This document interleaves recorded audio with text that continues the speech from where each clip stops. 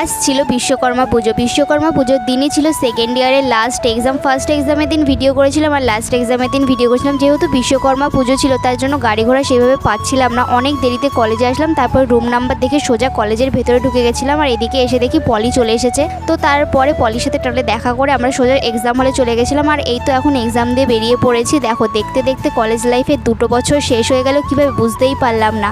এইদিকে পলি দেখি লুকিয়ে লুকিয়ে খাচ্ছে, আমাদেরকে একবার বলেও নি।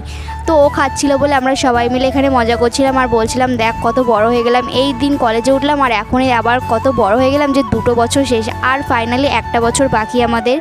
তো তারপরে আমরা কলেজের পাশেই ছিল একটা শপিং মল, সেখানে চলে আসলাম কিছু কেনাকাটির জন্য। সেরকমভাবে আসিনি, এসেছিলাম এসির হাওয়া খাওয়ার জন্য। তারপরেও কিছু সেরকম পছন্দ হয়নি বলে নিইনি, পছন্দ হয়েছিল শুধু এই একটা থলে। লাস্ট অফ দ্য আমি এই থলে নিয়েই বাড়ি এসেছিলাম। আর ওখান থেকে বেরিয়ে দেখলাম মরুর আইসক্রিম, যেহেতু আমি এটা কখনোই খাইনি তাই ফার্স্ট টাইম ট্রাই করলাম, আমার কাছে খুব একটা ভালো